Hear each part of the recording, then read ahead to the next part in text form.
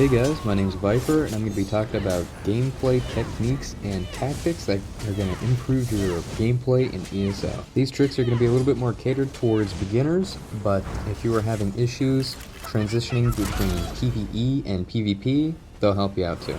Alrighty, first tip's going to be trying to stay mobile and light on your feet. Now in PvE, it's very common for people to soft stack or hard stack, which means that they're going to be not moving and staying in one spot. In PvP, you're going to want to be doing the exact opposite. But you don't want to be moving so much that you lose sight of the enemy, right? If you're bobbing and weaving too aggressively and you can't even keep your eyes on them, then you're kind of wasting your time. Now, a few easy ways to make sure that you stay out of the line of sight of your enemy is jumping while moving around, rolling around corners, and then turning corners sharply as well. Any of these will make sure that your enemy is having trouble keeping you in their line of sight. In ESO, it can be kind of a little tough to target somebody, so this will actually help you out quite a bit. And the more you practice it, the better you'll get at it, so then you'll have an even higher advantage. An additional tip on top of this is that before someone attacks you, try to roll dodge that little half second before.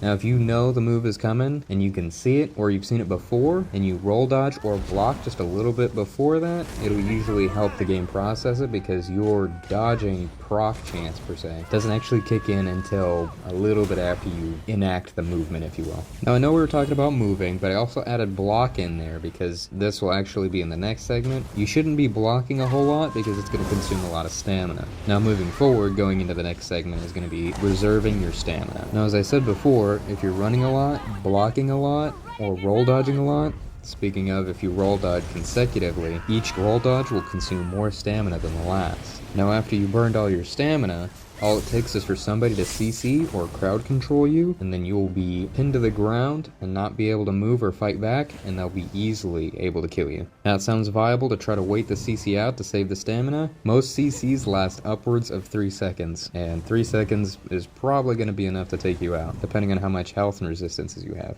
Next, I'll be talking about resource conservation. To better make your resources last, it's ideal to add in light and heavy attacks, just weaved between your attack rotation. So use a couple moves, hit a light attack, use a move, light attack, use a move, light attack, something like that. And these will basically just make it so that you're still putting out damage consistently while not using so much magic or stamina. And this is even more practical for stamina users, and that is because now you don't have to worry about running out of your stamina from attacks and then trying to roll dodge or break free of the CC. Now as far as health is concerned, if it is dropping more quickly than you're able to keep it up and you're dying very quickly in fights, it might not be your armor. Maybe you're running a lot of health and resistances, but if you're fighting outside of your comfort zone, say if you're used to fighting long range versus close range, and then suddenly they rush you, that could be cause for a lot of difficulty and also cause you to die a lot more often than you'd probably expect. Fortunately, this is going to be an easy fix too. All you need to do is just practice doing battlegrounds and just get in close and start fighting people close range, vice versa. Get used to fighting people from range. And that works with stamina and magic. If you're used to stamina, maybe make a magic character, then you can kind of learn both sides of the field. So then you know what you're going up against. Another issue that can come up that I've actually seen myself do quite a few times is being a little bit too ballsy. Maybe you're all by yourself, or you're tired of waiting for your teammates and you rush in there and you're in a 1v3 scenario before you know it, and then again you get burned down and get frustrated, right? What you can do is make sure that your enemies are all clustered together, right? So that way you're hitting all of them at the same time, and then also ideally trying to use your teammates as they're meant to be.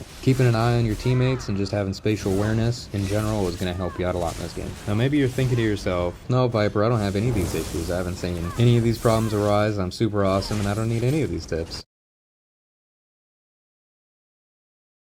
Sarcasm aside, the more probable cause is just not singling out your targets. Now if you focus on one enemy at a time and then also coerce your teammates to do the same, say in area chat, you can burn down each individual target, and that makes the team a lot easier to take out. Ideally, you should probably take out someone who's a little bit lower on health and lower on resistance. That way you can work your way up, per se, climbing a tier versus fighting them all at once, which is much worse. Once you fight the weaker ones, then you can start working on the harder ones together. Now even taking out someone who is a weaker opponent on the other team might seem like a low blow, or they might not seem like worth your time. Each individual person taken out makes the team as a whole a lot easier to take down. Even a healer is an extremely valuable asset. Though they're not really hurting you and not doing a lot of damage, they can do a lot to support their team and keep them alive. Next up, I'm going to roll right into the CCs again. Basically, all I'm going to say is that if you don't have a CC on one of your bars, you should probably look into doing that. I would highly suggest it. It is an invaluable tool. You stop the opponent from attacking you, or running away if they are, and it drains their stamina too, so it's a double-edged sword, if you will. Notably, CCs have different categories. There's 4. There's snares, immobilizations, stuns, and fears. Stuns and fears are fairly similar. They stop the opponent and keep them from attacking. Immobilizations seal the enemy in place, but they can be broken free by roll dodging out of them, versus stuns and fears, which are broken free by just breaking free.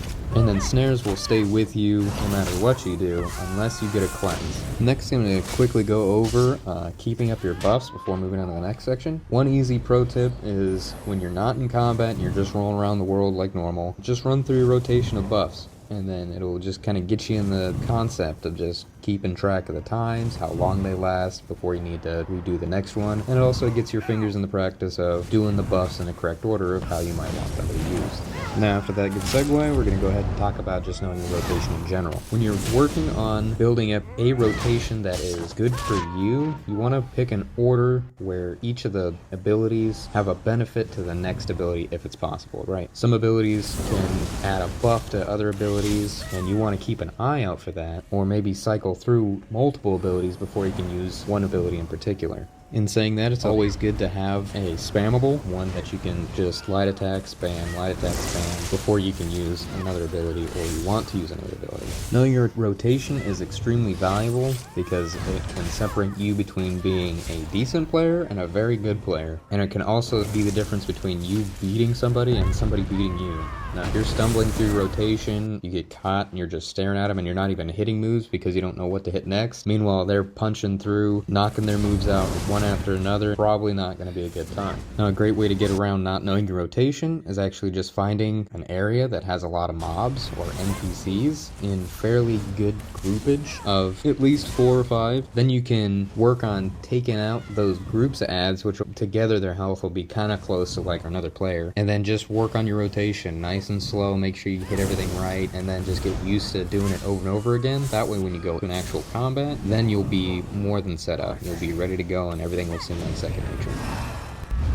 Alright guys, that's it for this video. Please let me know what you think in the comment section below. Though I'm new, feel free to like and subscribe, and I plan on putting out more tips and tricks videos as well as game theory videos in the near future.